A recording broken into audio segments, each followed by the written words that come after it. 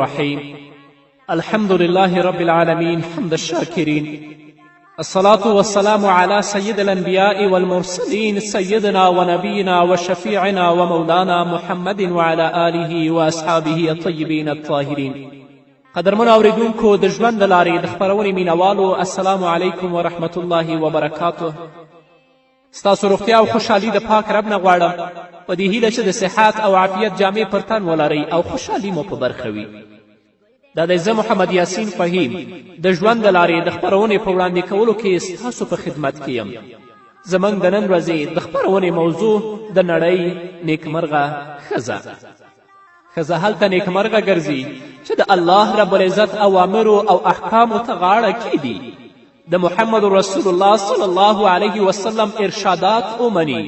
او دې ته متوجه شي چې زما رب په څه باندې خوشحالیږي.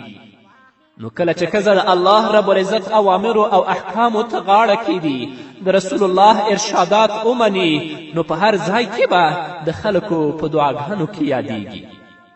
نو ای نیکمرغې ښځې، ته په دین او ادب بلکه په جماعت دعاګانو او د مراقبې له پلوه په ټوله نړۍ کې له هر ډول ګاڼې پرته هم نیکبختۍ. ستا نیکبختي ستا د زړه او روح په سپېڅلتیا کې نغښتې ده، نه په مجازي مینې او عشقي خیالاتو کې، بلکې د مجازي مینې او عشقي خیالاتو اړوند کیسې لوستل او اوریدل انسان له خپل اوسني حال نه لرې باسي، د الله رب العزت په غضب او په لعنت کې ګرفتاروي. نه راشه خورې د الله کلام خلاص کړه، د محمد رسول الله صلی الله علیه وسلم مبارک سیرت خلاص کړه، هغه ولوله او په خپل ژوند کې د هغو نه ګټه واخله. راشه د الله کلام واوره، د علماو د مبلغینو د بلونکو خبرې واوره، په ژوند کې د دیو نه ګټه واخله. نه هغه مزخرفې خپرونې او مزخرفې ویناوې چې واقعا تا د خپل حال نه باسي او د الله غضب ته دې متوجه کوي. نه ګرانې خورې، له ځانه د شهدو مچۍ جوړه کړه او د شهدو د مچۍ په څېر په ګلونو کښېنه. د نارواو نه ځان وساته، ته دومره وخت نه لرې چې د نورو نیمګړتیاوې وپلټې او تېروتنې وشمېرې. ځان ته متوجه شه، که د الله لارښوونې در سره مل وي نو بیا له څه شي ډارېږې؟ خو که الله دې خلاف وي نو څوک به دې ترې وژغوري؟ که غواړې چې الله در سره مل شي، د الله ومنه، د الله د رسول ومنه او د هغو اوامرو ته غاړه کېږده. کینه پرېږده، د کینې اور بدن خوري او د غیرت ډیرښت د اور لمبه کېدل دي. په دا نن ورځ کې الله ته متوجه شه، دا مه کوه چې سبا به کوم یا بله ورځ به کوم. که خپل نننۍ ورځ ښه نه کړې نو سبا ورځ خو هسې هم نه لرې، یعنې هغه خو په یو غیبي نړۍ کې پټه ده، یا به ژوندې یا به مړه وي. له بېځایه او ناوړه بنډارونو څخه ځان په روغه را وباسه، د ښو اخلاقو په ګاڼه ځان تر باغچې هم ښکلی کړه، له نورو سره تر خپله وسه ښېګړه کوه، ځکه چې دا هم د نیکمرغي د لاسته راوړلو یوه لار ده. کینهګر مرګ ته وسپاره او دښمن هیر کړه. تل دې ته متوجه اوسه چې څنګه خپل رب په خپل ژوند کې د خپل ځان نه راضي کړم. نو ای نیکمرغې ښځې، پام چې د خپل ژوند ارزښتمنې شیبې په بېګټو چارو، په غچ اخیستلو، په بحث او مباحثه کې له لاسه ورنه کړې. ګرانې خورې، پام چې د شتمنۍ هوس ته پر روغتیا، نیکمرغي، خوب او سوکالي لومړیتوب ورنه کړې. پام چې د بل نیمګړتیاوې ونه پلټې، پردی غیبت ونه کړې او په خپلو نیمګړتیاوو سترګې پټې نه کړې، بلکې د هر څه نه مخکې خپل نیمګړتیاوو ته متوجه شه. پام چې ځان د هیلو په بېپایه سمندر کې لاهو نه کړې چې د هرې هیلې په ترسره کولو پسې لګیا شي او د ژوند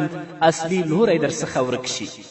پام چې د ځان او کور په پاکوالي او طهارت کې لټي ونه کړې، ځکه چې په دې سره د کور نظام او د کور چارې بې نظمې کړېږي. پام چې له حرامو خوړو او د حرامو څښلو څخه ځان وساتې. پام چې په تیرو پسې ونه جاړې. پام چې د اخروي چارو په اړه ځان په لټي ونه وهې او آخرت ځان نه هیر نه کړې. پام چې په حرامو او نارواو چارو کې خپل وخت او شتمني خرابه نه کړې بلکې الله ته په هر وخت کې متوجه شه او د الله نه دا وغواړه چې یا ربه ما د نړۍ نیکمرغه ښځه وګرځوه.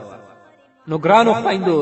د خپلې مسکا چینې په پټېدو راولئ چې پر دې زړونه خړوب کړئ.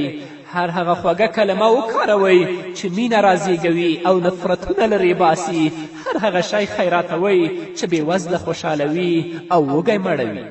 دا نه چې په کور کې تل لپاره په نفرت په غضب او په غصه کې ژوند تیروئ چې هم دنیا خرابه او هم آخرت خراب. له قرآن کریم سره تړاو ولرئ، په ځیرتیا او خشوع سره تلاوت کوئ، توبه او استغفار خپله دنده وګرځوئ. د دې پر ځای چې تاسې مزخرف سریالونه ګورئ، فاسده برنامې اورئ، نه د قرآن کریم تلاوت وکړئ. په دې به الله رب العزت تاسو د نړۍ نیکمرغه ښځې وګرځوي. ګرانو خویندو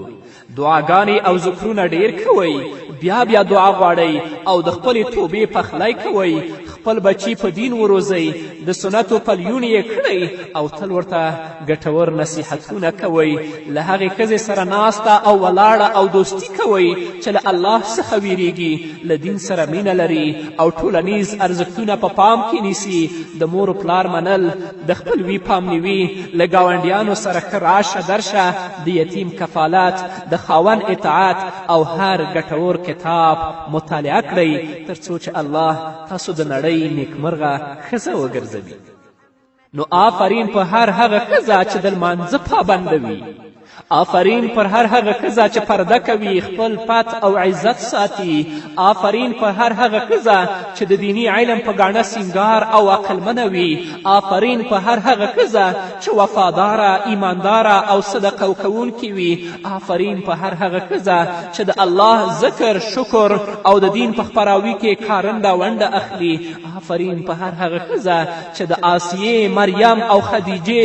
رضی الله عنهن پلیونې وي. آفرین په هر هغه ښځه چې خپل بچي زړور مجاهدین روزي. آفرین په هر هغه ښځه چې ټولنیز ارزښتونه پالي. آفرین په هر هغه ښځه چې د الله پر دین غیرت کوي او له بدیو ځان لرې ساتي.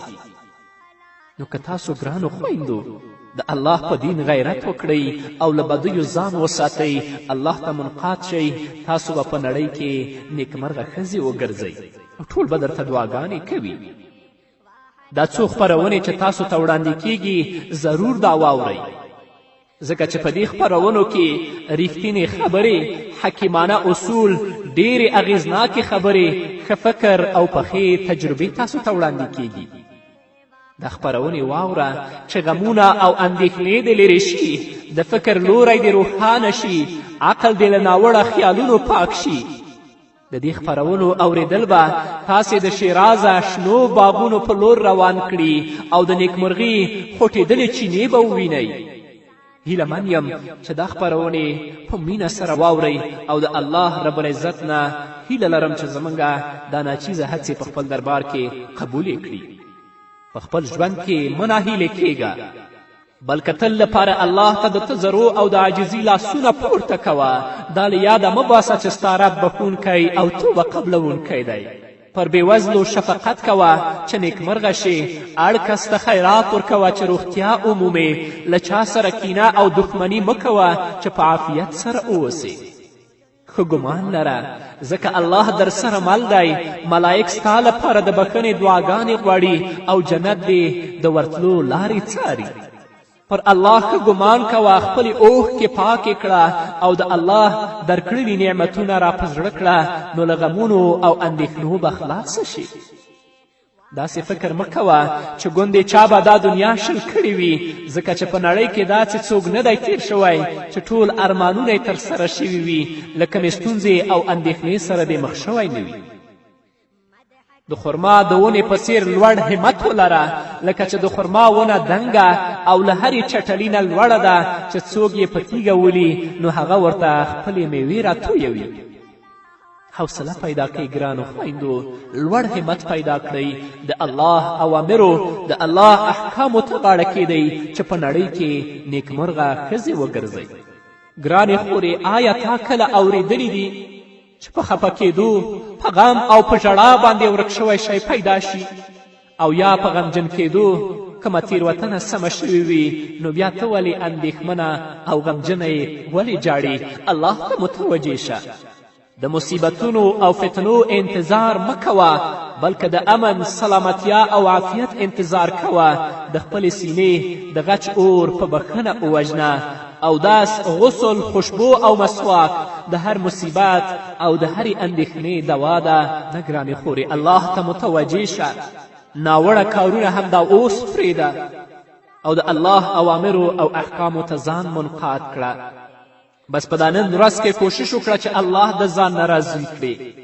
شاعر څه وایي چې تیر شي هیر شي او راتلونکی په یو غیبي نړۍ کې پټ دی او ستا په لاس کې یوازې اوسنی وخت دی. په اوسني وخت کې الله د ځان نه راضي که. تاسې نه ګورئ چې څنګه په قرآن کریم او حدیثونو کې الله رب العزت او د هغه پیغمبر د فرعون ښځه آسیه بیبي ستایلې، لکه چې الله رب العزت فرمایي وضرب الله مثلا للذین آمنوا امرأة فرعون اذ قالت رب ابن لي عندك بیتا في الجنة ونجني من فرعون وعمله ونجني من القوم الظالمين. د مؤمنانو په اړه الله د فرعون د ښځې مثال وړاندې کوي کله چې هغې دعا وکړه چې ای زما ربه زما لپاره له خپل ځان سره په جنت کې یو کور جوړ کړه او ما د فرعون او د هغه له عمل نه وژغوره او له ظالم قوم نه خلاصون راکړه. لږ ورته ځیر شئ چې الله څنګه د یوې مسلمانې ښځې لپاره د آسیې بیلګه وړاندې کړې او دا د هر هغې ښځې لپاره غوره نمونه ده چې په سمه لار تلل غواړي. آسیه بیبي څومره عقلمنه وه چې ځان یې الله ته نږدې که او د فرعون کافر له اطاعت نه ځان ډډې ته کړی و. د دنګو ماڼیو ژوندون یې د الله پر نږدېوالي قربان که او د دنیوي شان و شوکت په مقابله کې د جنت هغه ماڼۍ خوښې کړې چې لاندې ترې نهرونه بهیږي. نو تاسو هم ګرانو خویندو د دنیا په لذاتو او په خواهشاتو باندې مه دوکه کیږئ. همدا اوس الله ته متوجه شئ، ځان د آسیې غوندې د نړۍ نیکمرغه ښځې وګرځوئ. په رښتیا چې آسیه بیبي له الله سره د ډیر عظمت لرونکې ښځه وه چې د فرعون په څیر ظالم او کافر پاچا په مخ کې د حق کلمه وویله او په دې لاره کې بلا ستونزې وګاللې ان تر دې چې شهیده شوه. خو الله تر قیامته پورې د ښځو لپاره نمونه وګرځوله، په قرآن کریم کې وستایله او د هغې پر عملونو الله خپله خوښي څرګنده کړه او د فرعون سپکاوی بیان که. که د تیز طوفان پر مهال ته په یو خلاص میدان کې هم یې نو د الله نه تمه ولره، ځکه الله وایي ان مع العسر یسرا، بېشکه له سختي سره پراختیا او آساني هم شته دی. خو له بده مرغه په نن ورځ کې زموږ ګڼ شمېر خویندې د الله له دین نه توسله خبرې نه دي، نه خپلو اخلاقو ته متوجه دي چې زما اخلاق څنګه دي، نه خپل جامې ته متوجه دي چې آیا کومه جامه ما اغوستې په دې باندې الله خوشحاله دی که الله خفه دی، یا کوم عادات و اخلاق چې په کورنۍ کې له مور و پلار خاوند او اولاد سره لرم آیا دا اسلامي دي که نه دي، په دې باندې الله خوشحاله دی که الله خفه دی. نه راشئ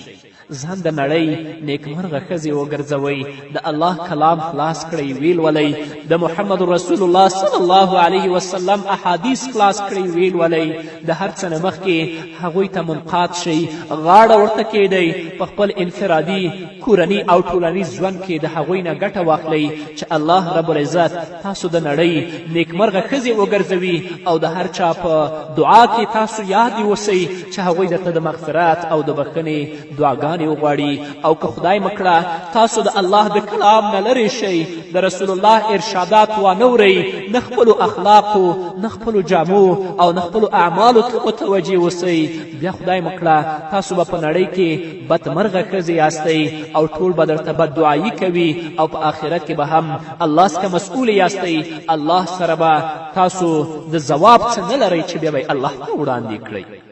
نور به واورو قدرمنو اوریدونکو، خو هغه هم د یوې دمې نه وروسته. قدرمنو اوریدونکو، بیا هم زموږ سلامونه او نیکې هیلې ومنئ. که اوس په اندېښنه کې په کړاو او په مصیبت کې ژوند تیروي، خو الله مه ایروه، ځکه شاعر وایي که اندېښمن وخت څومره هم اوږد شي خو بیا هم د الله لورینې او پیرزوینې د سترګو په رپ انسان ته رارسیږي. زما خوږې خورې په هره تنګه پسې آساني وي، په هرې اوښکې پسې مسکا وي او په هرې شپې پسې روڼ سبا شته. د اندېښنو دا تورې ورېځې به لاړې شي، د غم دا شپه به سبا شي، دا ستونزې به انشاءالله هوارې شي. الله به سوکالي در په برخه کړي. خو دا په یاد لره چې ستا لپاره په هر حال کې اجر لیکل کیږي.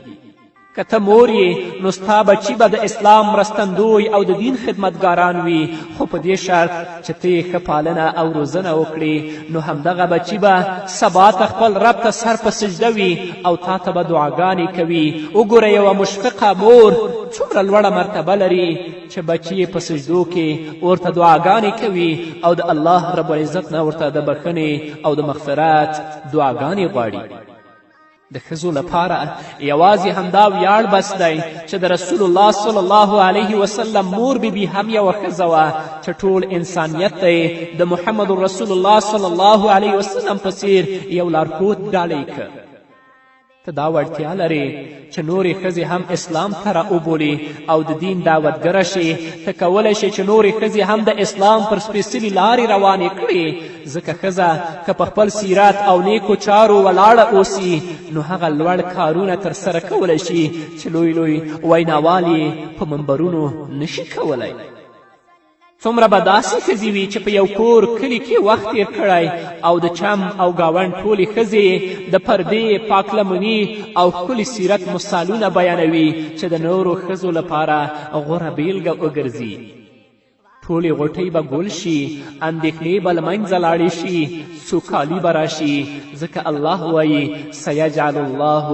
بعد عسر یسرا. لرې نه ده چې الله رب العزت تر تنګلاسي وروسته پراخي هم ور په برخه کړي، خو په دې شرط که زموږ خویندې الله ته متوجه شي، د الله رب العزت احکامو ته غاړه کیږدي، نو په نړۍ کې به تر ټولو نیکمرغه ښځې وګرځي. ته خلک د الله دین ته رابله، خپله هم د الله اوامرو او احکامو ته غاړه کیږده. که تا ته کومه ستونزې رسیږي ګرانې خورې الله به اجر درکوي. که ته د الله په لار کې د مجاهدې په لړ کې له کومې ستونزې سره مخ شې نو انشاءالله چې هغه به ستا د ګناهونو لپاره کفاره شي. زه تاسې ته د محمد رسول الله صلی الله علیه وسلم له مبارکې خولې زیری درکوم. رسول الله فرمایي که ښځه د خپل رب اطاعت وکړي، 5 وخته لمونځ وکړي او خپله لمن پاکه وساتي، نو الله به یې جنت ته ننباسي. دا ټولې خبرې د هغو ښځو لپاره بیخي آسانې دي چاته چې الله د دې چارو توفیق ورکړی. نو تاسې هم له الله څخه د نیکو چارو توفیق وغواړئ او دا اوچتې رتبې راخپلې کړئ چې الله در باندې ولورېږي، د دنیا او آخرت نیکمرغي مو په برخه شي او په هغه ځای ودرېږئ چې د اسلام مقدس دین درته د ودرېدو امر کوي. د قرآن او سنتو پر حکمونو عمل کوئ، ځکه چې ته یو مسلمانه ښځه یې او دا ستا لپاره د ویاړ ځای دی. ته نه ګورې چې څومره ښځې داسې دي چې په کفري سیمو کې زیږېدلې دي چې په ښه او بدو پوه شوي، نو یا عیسوي شوي یا یهودي شوي او یا نورو دینونو ته اوښتي دي. او پر دې برسیره داسې ولسونه هم شته دی چې د دین پر وړاندې په مخالفت کې ولاړ وي، خو الله ته مسلمانه پیدا کړي او د محمد رسول الله صلی الله علیه وسلم د امتي کېدو په ویاړ یې ویاړلې. د رسول الله د سپېڅلو بیبیانو پر نقش و قدم د تلو لار یې درښودلې او ته ډېره نیکمرغه یې چې الله د 5 لمنځونو وس در بخلی او ته له دې پلوه هم نیکمرغه یې چې د رمضان میاشتې فرضي روژې نیسې، د بیت الله حج او پرده کوي. او ستا تر ټولو لویه نیکمرغي دا ده چې الله دې په ربوبیت منلی او محمد رسول الله صلی الله علیه وسلم دې وروستی پیغمبر منلی. ستا سره زر ستا دین دی، ستا ګاڼه ستا اخلاق دی او شتمني دې ادب او شرافت دی. حسبنا الله و نعم الوکیل. زموږ لپاره الله کافي دی او هماغه ډېر ښه کار جوړونکی دی. نو الله دې موږ ته او زموږ خویندو ته د نیکې لارې هدایت وکړي. که نن خوشحاله نه یې نو ستا غم به هم همیشه وي. که خوښي تل نه وي نو په اندېښنو هم له لاسه وتلي شیان بیرته نه راستنیږي. ته به هله نیکمرغه شې که پر دې خبره دې سر خلاص شي چې په اسلام کې د مسلمانې ښځې مرتبه او په یو کفري هیواد کې د کافرې ښځې ارزښت وپېژنې چې هغه څه ارزښت لري. مسلمانه ښځه په یو اسلامي هیواد کې د ایمان خاونده وي، روژه نیسي، د تهجد لمونځ کوي، خیراتونه کوي، له ګاونډیانو سره ښېګړه او په خپلو بچو شفقت کوي، نو وګورئ چې داسې مسلمانه ښځه څومره نیکمرغه ده، ځکه په هر پل ورته اجر، ثواب، د الله خوښي او د سکون شتمنۍ ور په برخه کیږي. د دې برعکس په کفري هیوادونو کې له حقیقت نه ناخبرې نامسلمانې ښځې د یو څو ټکو په خاطر خپله حیا تر پښو لاندې کوي، سره له دې چې حیا د ښځې ښکلا او ګاڼه ده، خو نامسلمانې ښځې له دې ارزښتونو سره د نااشنایي له امله ځای پر ځای نمایش او ځان ښودنه کوي. نو داسې ښځه په لوی لاس خپل ارزښت له لاسه ورکوي، ځکه چې عزت او شرافت نه لري. که ته دې دواړو طبقو ښځو ته ځیر شي، نو پوه بشي چې هم ته نیکمرغه او د لوړې مرتبې خاوند دی. په دې اړه د قرآن کریم دې آیت ته متوجه شه. الله وایي ولا تهنوا ولا تحزنوا وانتم الاعلون ان کنتم مؤمنین. بې زړه کیږئ مه، اندېښمن کیږئ مه، همدا تاسې لاسبر یاست که تاسې مؤمنان اوسئ. د هر انسان ژوند تیریږي، هغه که په خپلو او دنګو ماڼیو کې وي او که په خرابو کوټو کې، خو د پام وړ خبره دا ده چې په دوی کې به نیکمرغه څوک وي. الله ربي لا اشرک به شیئا. الله زما رب دی او زه له خپل رب سره هیڅ شریک نه جوړوم. نو دا ووایه خورې الله ته متوجه شه، د الله رب العزت نه د خپلو ګناهونو بخښنه وغواړه. هیله ده چې الله رب العزت به درته بخښنه وکړي او د نړۍ نیکمرغه ښځه به دې وګرځوي. په همدې هیله قدرمنو اورېدونکو، دا وه زموږ د نن ورځې خپرونه چې ستاسو درانه حضور ته وړاندې شوه. تر بلې خپرونې پورې چې زه بیا هم ستاسو درانه حضور ته راځم، تاسو ټول په پاک رب سپارم. پاتې ژوند د نیکمرغه، ښاد، بریالي او أما بعد فأعوذ بالله من الشيطان الرجيم. بسم الله الرحمن الرحيم. ولا تحسبن الذين قتلوا في سبيل الله أمواتا بل أحياء عند ربهم يرزقون. وقال النبي صلى الله عليه وسلم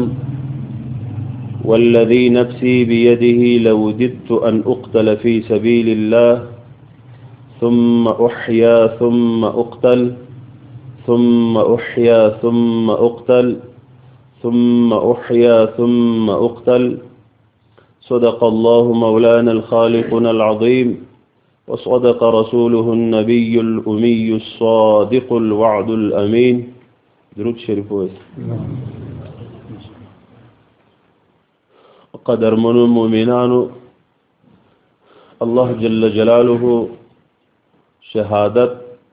په اسلام کې هغه سي بهترین اجل را لېږلی دی چې د دغه اجل تمنا او ارزو د دې خواهش او ارمان د الله نبی کړی دی، او یوازې دا نه چې ارمان یې کړی دی بلکې د الله نبی په قسم سره دا ارزو ښکاره کړې ده. او شهادت هغه سي عظیم منقبت دی چې د پیغمبر صلی الله علیه وسلم په دغه قول باندې لږ توجه سړی وساتي، بیا سړی ورته په تعجب کې سي چې یا رب په شهادت کې څومره انداز دی او دا څومره قدر باعزته اجل دی او دا څومره قدر عجیبه او د قدر ډک اجل دی. پیغمبر صلی الله علیه وسلم یو وار د شهادت تمنا لري، د الله د نبی تمنا ده، د هغه د زړه ارمان دی. د یو عام سړي د زړه ارمان نه دی، د یو بزرګ، د یو عالم، د یو ولی الله د زړه ارمان نه دی، د یو صحابي د زړه ارمان نه دی،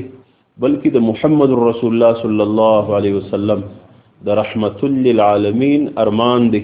د تمام انسانیت د نبی ارمان دی. پیغمبر صلی الله علیه وسلم یو پلا قسم خوري، قسم چې څوک په یو خبره باندې اخی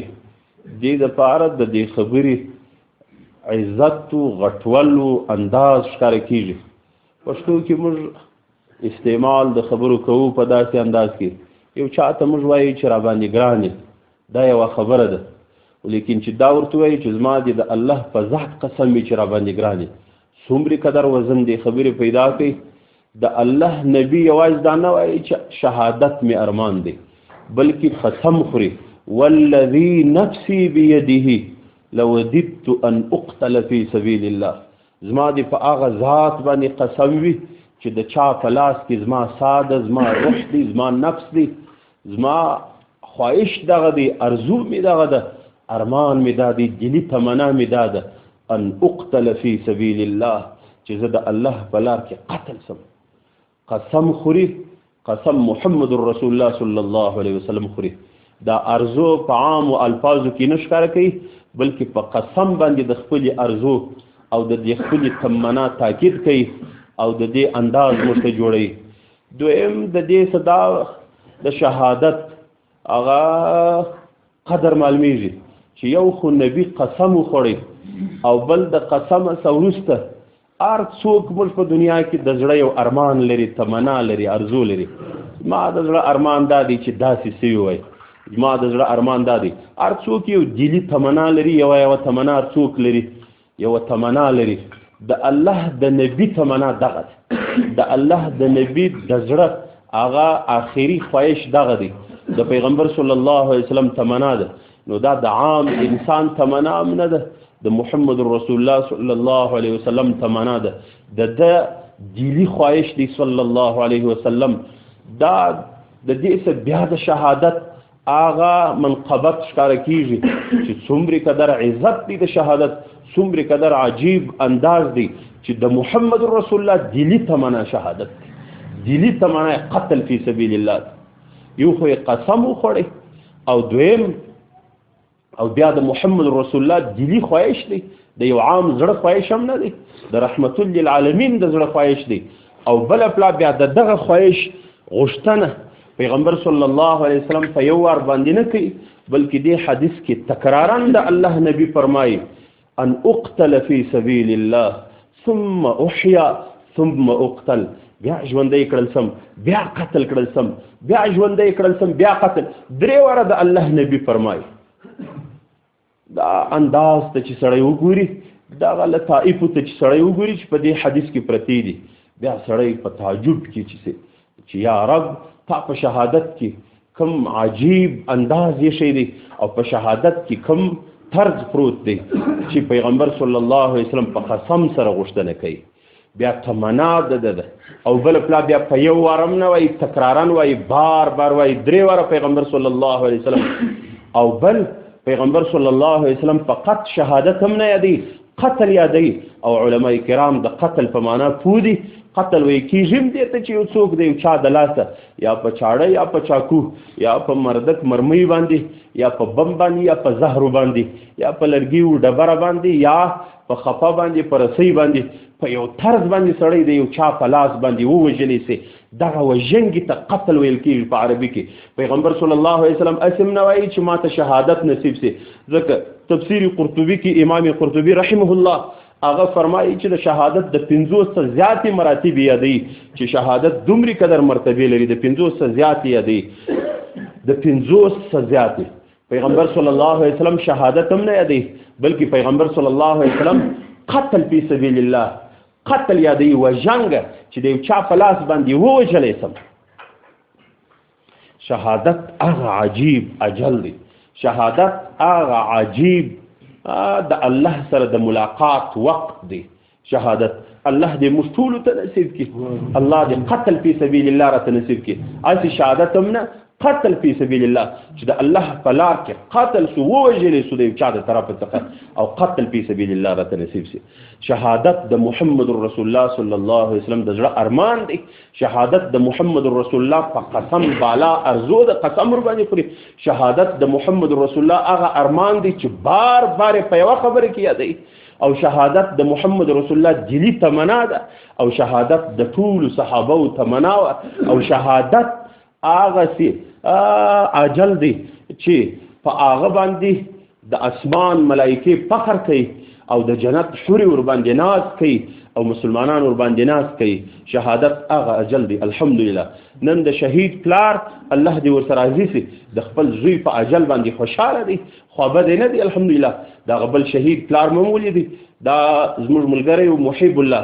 او شاګرد مو زموږ سره پاتې شوی او سبقانو کې او دومره قدر بهترین انسان الله جل جلاله جوړ کړی وو چې دا کسانو سره یاستي ملاقات شوی د پیدایانو سره یا دغه ملګرو سره تی ووسی یا درته معلوم سي په الله قسم دمځکی پر مخ باندې فرشته صفته انسانان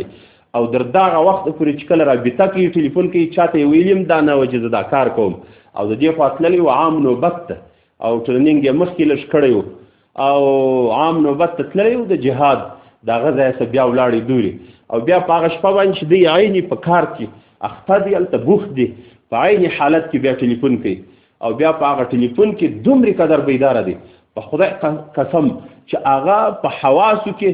یو حس باندې هم غلبه نه ورغلی خوشحاله مو خاندیم او بیا د طالبانو یو انداز تی ته معلومي یو طالبان لږ ګپ هم کوي هغه ګپ هم کوي ملګري ورته وایي چې په څه حال کې یاست ده ویل چې بیداره یې ورته ده ویل چې نو اوس خو چې دلته کم څوک هغه ګرده ختم شوي دي پرېښی مو نه دی څوک یو دا خبره کوي چې سهار به بیا راډیو وایي شیطانان به ګایېږي چې دلته ملکیان خلک وژلي دي پلانکی تللي دي د منځه دی وایي چې زما په الله قسم د شیطانانو خبره هم به مني هغه ادنا سړی دلته وژل شوی دی هغه د خاد رئیس دی یعنې د افغانستان د خوچۍ جنسي رئیس دی هغه وژل شوی دی دلته ادنا سړی دغه دی اعلی سے اعلی نور دی او خارجیانو دی ګډ وه د دې مجلس شروع دومره قدر راپورټ جوړي دا وایي چې سهار به بیا دی دا وایي زه خو اوس شهیدېږم او پر ده باندې دغه نه راغلی او ملګري ورته وایي چې په څه حال کې یاست د ورته ویل بیخي بیداره یو طالبان ما درته ویل د ګپې یو انداز کې ویل چې موږ په خزا و موزه یو ورته نو دومره قدر چې انسان ته د خوشحالۍ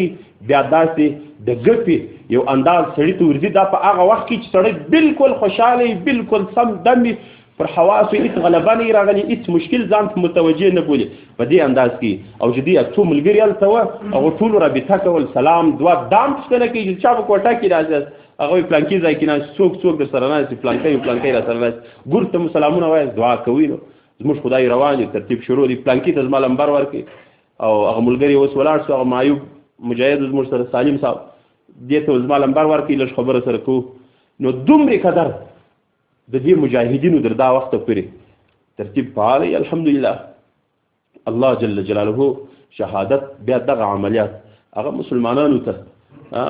د مسلمانانو د غلبې لپاره یو پټ راز الله دا راښکاره کړي ذاکري صاحب رحمه الله به دا خبره کوله عبدالله ذاکري چې شهید یې کوټه کې هغه به دا خبره کول دا د ده د خولې خبره ده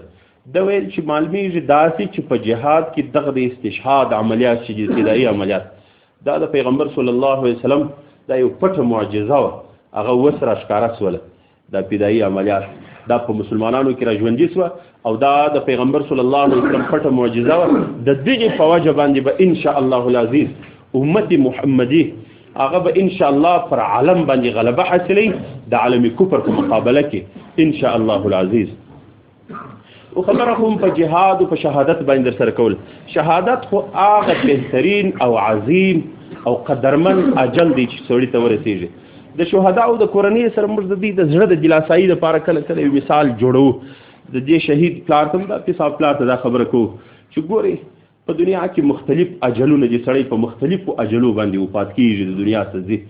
که تاسو سره الله پاک مشوره وکړي چې ورځ خو دغه یوه د نیټه دغه یوه د هفته او میاشتو ساعت دغه یو دی اجل خو په دې زموږ ایمان دی چې شاو مخته نه دي بس کوم نیټه الله مقرر کړي په خپل وخت باندې راځي بس دغه ټیم دی دغه وخت دی شاو مخته نه دي نو الله اوس مشوره وکړي چې اوس نو څنګه خوښه د هفته دغه د ورځ دغه د میاشت دغه د ساعت هم دغه دی اوس دا راته وایستئ چې د عامې مرضي په مسلمانانو کې چلیږي په دغسې یو مرضي په مرض باندې درته وفات سي په کور باندې بستره پروت وي وفات سي نو سهار شړی ورڅه پورته کوي تک پورته کوي مړي په خپل ځای کې دا رقم وي او موټر په اسکیډنټ کې وفات سي نور مختلف اجلونه مشتسوینو قومي جنګونه دي نعوذ بالله خلک د قوم دپاره د لویشت مځکې دپاره د پردي خلکو د پالیسۍ د قربانۍ د مخته بیولو دپاره قربان سي دا مختلف اجلونه دي او یو دغه اجل دی د کفر او د اسلام جنگ دی د عالمي کفر او د عالمي اسلام جنگ دی قرآن مجید سپکاوی سوی دی، د قرآن پننګ باندې جنگ دی، د محمد رسول الله صلی الله علیه وسلم د سنتو د زندگی پننګ باندې جنگ دی، د خپل مذهب پننګ باندې جنگ دی، د مسلمانانو د نوامیسو د عفت په خاطر باندې جنگ دی چې بې عفتی او بې عزتی رسېدلي دي. مسلمانانو ته د مسلمانانو کتاب بې حرمته سوی دی، د مسلمانانو د نبی په حق کې بې حرمتي سوی ده، د مسلمانانو د مقدساتو په حق کې بې حرمتي سوی ده. اوس مسلمانان را پدېدلي د جنگ شروع دی، اوس دغه جنگ د عالم کفر په مقابل کې شروع دي. نو تر ته الله پاک مشوره در ساخي چې اوس په دغه مقابله کې دلته یو اجل ورته راولم چې هغې ته ویل کېږي شهادت، او که هغه عام اجلونه چې موږ یو څه مثالونه ځینې ذکر کړه، که هغه موږ به څه ورته وایو؟ موږ به شهید دي سي. دا زموږ د انتخاب اجل دی. ستا د بچي دغه اجل چې دته رسېدلی دي دا هغه ستا د انتخاب اجل دی. که الله مشوره در سره کړې وای تا خپله ورته ویل چې شهید دي سي. ځکه دا دومرې مرتبه بې شهادته سړي ته نه حاصلېږي چې څومرې بزرګ سړی چې په کور وپاتې هغه د شهید مرتبې ته نه رسېدی، چې څومرې ولي الله سړی د شهادت مرتبه هر کار په خپل عمل کې خپله یو نتیجه لري. هیڅوک هغه مرتبې ته رسېدلی نه چې په هغو مرګو کې دا مرتبه نه رسېدل. د 40 کسانو د 80 کسانو شفاعت د محمد رسول الله صلی الله علیه وسلم په شایسته ژبه باندې چې هغه کسان چې په هغو باندې د جهنم فیصله وتلي، شهید په لنګوټه کې، د شهید په لمن کې، د شهید په شهادت کې، په شفاعت کې الله جل جلاله 80 هغه کسان ورکوي په هغو باندې د جهنم فیصله وتلي. او د ابن ماجه یو دا روایت هم راځي چې کوم څوک د اهل کتابو کفرو په مقابله کې په شهادت باندې ورسېږي د هغه دومره دګونه مثل د اجر دی لکه څوک چې د مشرکینو په مقابله کې په شهادت باندې ورسېږي. یعنی غرض دا چې کوم څوک د اهل کتابو کافرانو په مقابله کې په شهادت باندې ورسېږي د هغه دومره قدر اجر دی چې څومره قدر څوک د مشرکینو په مقابله کې په شهادت ورسېږي. یعنی یو سلسلويش کسان دومره انسانان د په لنګوټه کې، د په لمن کې، د په شفاعت کې الله جهنميان مشتر آزادي. دا سعادت د کومې فاصله دي؟ او اس هم ورځ دغه و، هفته دغه و، نیټه دغه و، وخت بدلېدی نه شاو مخته نه تلي. او شهادت دا به موږ د ذهنه وباسو چې شهادت په جهاد سره سړي ته راځي. په خدای قسم جهاد کول سړي ته مرګ نه رانږدې کوي. سړی وایي چې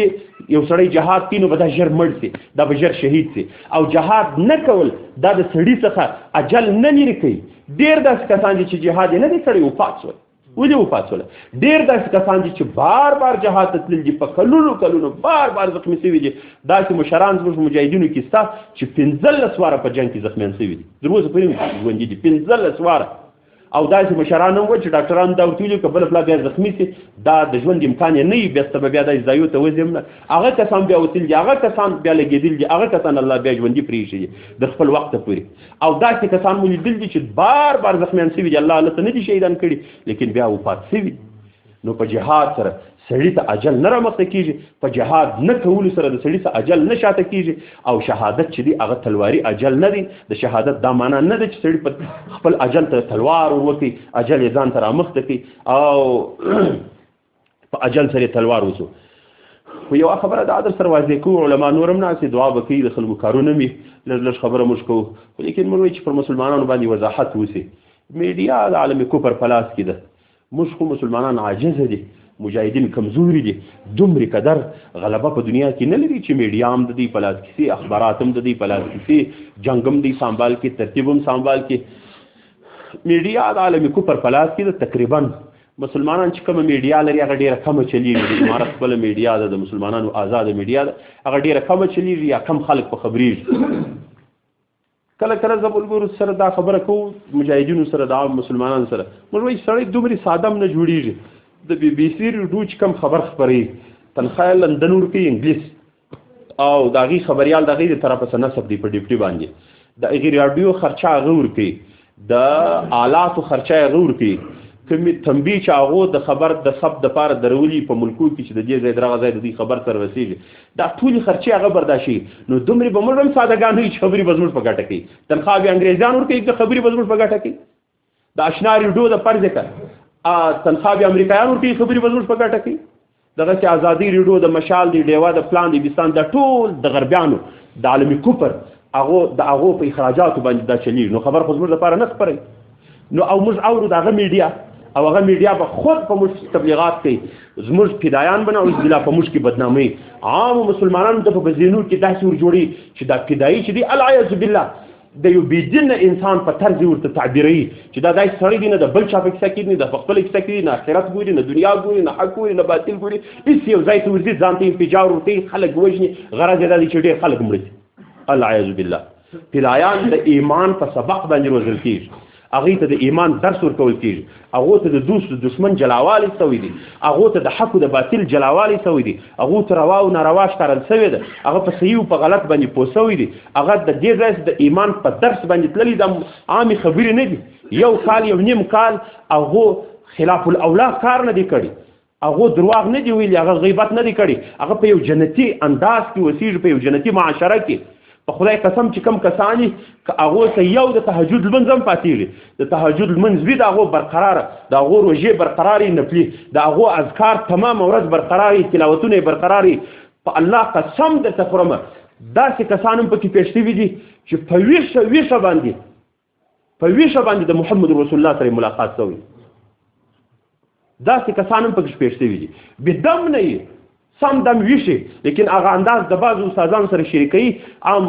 خلکو سره دا نه شریکوي نه وایي چې په دې کې هسې نه زموږ نفس غټول وکړي په ویښه باندې د هغو د الله د نبي سره ملاقات شوی دي او په ویښه باندې هغو ته الهامونه شوي دي یو انداز جوړي مسخرې خو نه دي نعوذ بالله دغه خلک به بیا څنګه العیاذ بالله داسې کوي ناکې خلک به وژني او د افغانستان میډیا خاص کر او عالمي کفر عام کر هغه بیا په دې باندې دا خبره کول چې کوم د کندهار په میدان کې چې رپورټ ورته وایي په دې کې چې کوم واردات وسو دغه د دین په دشمنانو باندې ول په دې کې ملکي خلک عام خلک چې هغه ډېر وژل شوي زه ته وایم دا خو موږ ته معلومیږي په افغانستان دی هغه حکومت دی هغه خاوره د موږ تعلقات سره لرو دا ترتیب روان دی موږ ته دا ترتیب معلومیږي چې په کندهار کې چې څومره قدر غټ سړی د پولیس کومندان د فوج کومندان هغه د میدان ته دغې نسي ورننوتل در څو چې یو کارت ونه لري یو اجازتنامه ونه لري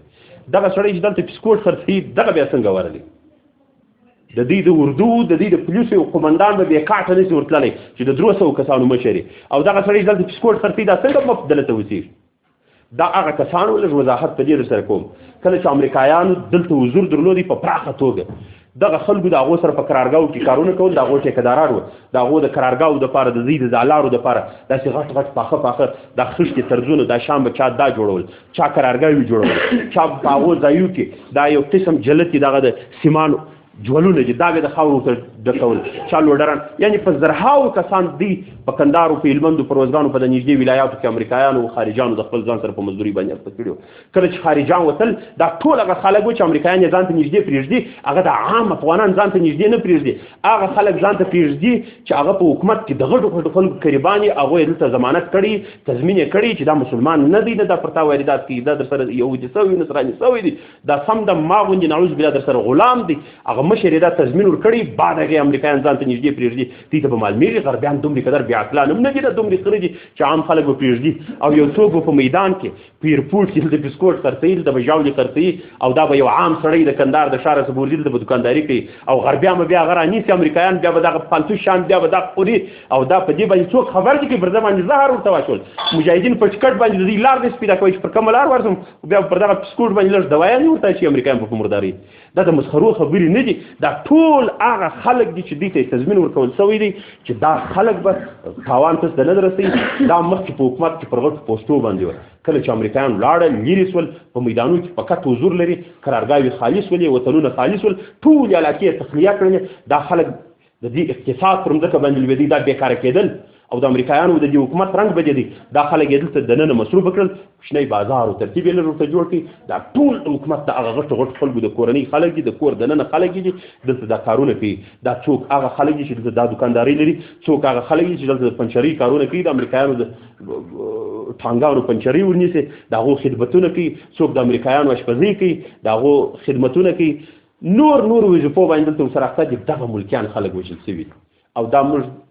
فرض که د دې څه د باندې په ښار کې غواړو چې زموږ په لاس راشي په هغه حالت نه راتله دلته چې علیحده سړي ته په لاس ورشي او دې ته هم دوی ملکیان وایي دا ملکي خلک دوی هغه سړي ته ملکي ویل کېږي دوی ورته وایي چې هغه فقط سرکاري وردی په ځان کې نه اچولې نور که هغه د خاد دپاره کار کوي که دغه د امریکایانو دپاره کار کوي یعنې زه لنډ مثال در کوم یو ترجمن چې د امریکایانو سره په ټانک کې والوځي په بم باندې دغه ته هم دوی ملکي وایي ملکي دا معنی چې نعوذ بالله عام سړی و دا د مجاهدین د خاص بې ځایه ووژل شو دا خبره کوي دغه خلک د منځ ورسره تللي دي او په دې باندې خو موږ بیخي خوشحاله یو. دا د باندې موږ غوښته د باندې په لاس راتله نه چې هغه د امریکایانو خصوصي خلک، په خدای قسم چې دغه د امریکایانو هغه خصوصي خلک و، هغه نږدې خلک وي، دغه صدمه لیدلې ده، دغه مردار شوي دي او خارجان مردار شوي دي او د حکومت غټ غټ خلک مردار شوي دي. او بیا دې رپورټ هم پر دنیا ته چې ښکاره کوي ولدا ګرد ملکیان خلک دي، څو کسه د حکومت کسان دي، لیکن هغه مجاهد چې خپل امارات خپل ترتیب لري چې رپورټ وساتي چې څو کسان یې بولي دا پیدایي چې درته وخت ژوندی دی او د خپل ملګري په باب هم معلومات ورکوي چې دا دی را سره دی، او هغه دا ورته وایي چې تقریبا د 200 تر 250 پورې زموږ انداز دی چې دومره قدر تلفات موږ دې ته وراړولي، دومره قدر خلک یې ختم شوي. نو دلته ملکیان خلک نه، ما درته ویل چې میډیا به زموږ رنګ را بدوي، امارت به بدناموي، مجاهدین به بدناموي، نعوذ بالله فدایان به بدناموي چې دا العیاذ بالله بېدینه خلک دي، دا د حق او د باطل او د صحیح او د غلط او د روا او د ناروا فرق نه کوي، دا ټول شان په ذهن کې نیول شوي دي، دا ټول شان مراعات شوي دي، بیا په داسې ځایو باندې واردات کېږي. او الحمدلله د دغو شهداو د وینو برکت دی، په دا 14 کاله دومره حساس ځای ته مجاهدین نه ورننوتلي، په دا 14 کاله چې ویرپورټ ته هغه د خارجانو په قبضه کې دومره په دفاع کې په دا 14 کاله داسې نه ورننوتلي. دغه دی چې اوس مجاهدینو دغه ځای پیدا کړي او ورننوته، الله دې د دې سره عزیز سي، دومره قدر دباو اچولی دي پر حکومت باندې، تاسو به اندازه درکوي یا نه د حکومت حوصلې د کاره وتلي دي. حکومت پر خپلو دغسې حساسو ځایو باندې هغه بې اعتماده شوی دی چې دا چا راوسته، څنګه راله، د اسمانه سره راله، د مځکې سره ووته، د کومې خوا راله، او الله جل جلاله دې ته بندې لارې ایله کړلې او زموږ د الله پر قول باندې ایمان دی، والذین جاهدوا فینا لنهدینهم سبلنا وان الله لمع المحسنین. الله وایي څوک چې زموږ په لاره کې جهاد کوي هغو ته موږ بندې لارې خلاصو، الله به د کندهار د ایرپورټ لاره هم خلاصوي، یوه ورځ به الله د بګرام لاره هم خلاصوي، یوه ورځ به الله د شنډنډ د میدان لاره هم خلاصوي، او لکه څنګه چې د شوراو د میدانو لارې د فدایانو په مخ باندې خلاص وي، الله به بندې لارې خلاصوي. او یوه ورځ به دام راځي، دا در سره واوري، د عامو مسلمانانو ته وایو، د مجاهدینو خواخوږو ته دا خبره درته کوو چې دا زیری در سره واوري چې دغه خلکو وینې ضایع شوي نه دي، الله یې ضایع کوي نه. الله په قرآن کې وایي چې زه د مؤمنانو اجر نه ضایع کوم، چې الله د یو مؤمن یو سبحان الله نه ضایع کوي، الله د یو مؤمن یو 15 روپۍ د صدقې د خیرات نه ضایع کوي،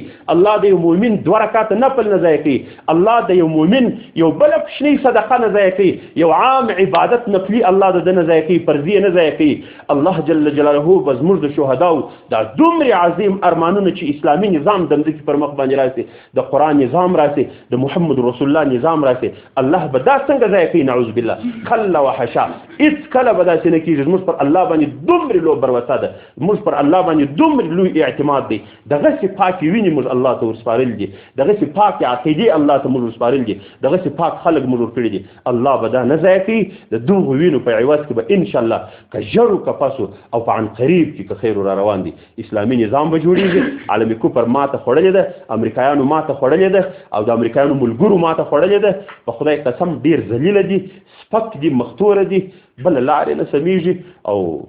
ساراویو سرایي علاقې ټولې د مجاهدینو په قبضو کې دي، الحمدلله ورځ په ورځ باندې مجاهدین دا دي مخته را روان دي. د سهار هلته ملګري اوس چې تلاوت وکړي مخابره باندې د هلمند سره خبره کړې وه، 8 پوستې یو ځای خپله غورځېدلي دي، 15-16 پوستې بل ځای غورځېدلي دي، 2 سره جنګ کېږي، 10 علاقه یې لکه تخلیقي غورځي، نور د مجاهدینو سره د مقاومت توان نه لري. په خدای قسم د مجاهدینو رعب د دوی په زړو کې داسې ننوتلی دی چې دا به چې در څه وخته ژوندي دا به دوی خیر و یاد ساتي. نو دا ضایع شوي نه دي، الله دې د دوی وینې قبول کړي،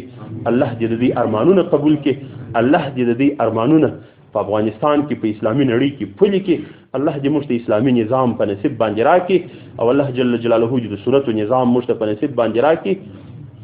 الله دې د دې سره راضي سي، الله دې د شهداو د کورنۍ سره راضي سي، چې څوک د دې سره دلی اخلاص لري الله دې د هغو سره راضي سي، او چې څوک د مجاهدینو سره په څه طرز باندې مرسته کوي الله دې د ټولو سره راضي سي. په اخر کې دا عرض درته کوو چې د مجاهدینو سره مرسته وکړي، په دې معنا نه چې خامخا پیسې ورکړي، دا مرسته ده چې چیرې د مجاهدینو تایید وسي. په خدای قسم امت مسلمه بل دغسې د مقاومت جماعت نه لري چې د عالمي کفر سره مخامخ مقاومت وکړي. نور جماعتونه الحمدلله دیني موږ لرو، خو هغه په نورو لارو باندې اخته دي، کار کوي، لیکن مقاومت دپاره یو محاذ موږ ټاکلی دی چې هغه جهاد دی، هغه مجاهدین دي، هغه امارت اسلامي دی. زموږ احناف بیا خاص کار درته وایم، علماو ته دا وایي چې د احنافو بل محاذ نه لري، د احنافو بل دغسې تنظیم د مقاومت نشته د عالمي کفر سره. د مجاهدینو د دغې ملا وتړئ، په ټولو مجلسو کې د دې تایید وکړي که لږ غلطي ورسره سوي بیا د مجاهدینو د مشرانو سره ملاقات وکړي دا غلطي په باب معلومات وکړي دا څنګه غلطي ده هغه در وخته پرې تعبیروي مه غلطه ملاقات ورسره وکړي چې دا څنګه کار شوی دی هغه به بیا پوه کړي هغه اصلي صورتحال به په لاس باندې درکړي چې په مجاهدینو باندې منیت نصیبت او په مجالسو کې د مجاهدینو تایید وکړي بل څوک نه لري د عام مسلمانان دي او خدای مه وکړه دا هم یاد در سره وساتئ که دا د مقاومت چې دا کم مقاومت و شروع دي دغه د مقاومت خلک د منځه ولاړه یا دا مقاومت ودرېدي عالمي کفر ګوري موږ ته دومرې قدر بې حوصلې سوي دي په الله قسم بیا مو لمونځ هم نسي زغملی د عالمي کفر بیا مو اذان هم نسي زغملی بیا مو مناره هم نسي زغملی بیا مو مسجد و محراب و لنګوټه و ژره او زموږ اسلامي تعلیمات هیڅ شی بیا زموږ نسي زغملی لیکن مجاهدینو دا دي د ځوانانو ملا تړلې ده د عالمي کفر د مقاومت په مقابل کې خپلې ځوانۍ ورکوي الله دې ورڅه قبول کړي نو ټول مسلمانانو ته مو خواهش دا دی چې تایید یې وکړي د عالمي کفر په جال کې سړی رانیسي او د هغو ملګري چې کوم تبلیغات په مجاهدینو پسې کوي په خدای قسم د دشمنۍ تبلیغات کوي هیڅ شی هم رښتیا نه دي دروغان وایي په مجاهدینو پسې واخر دعوانا ان الحمد لله رب العالمین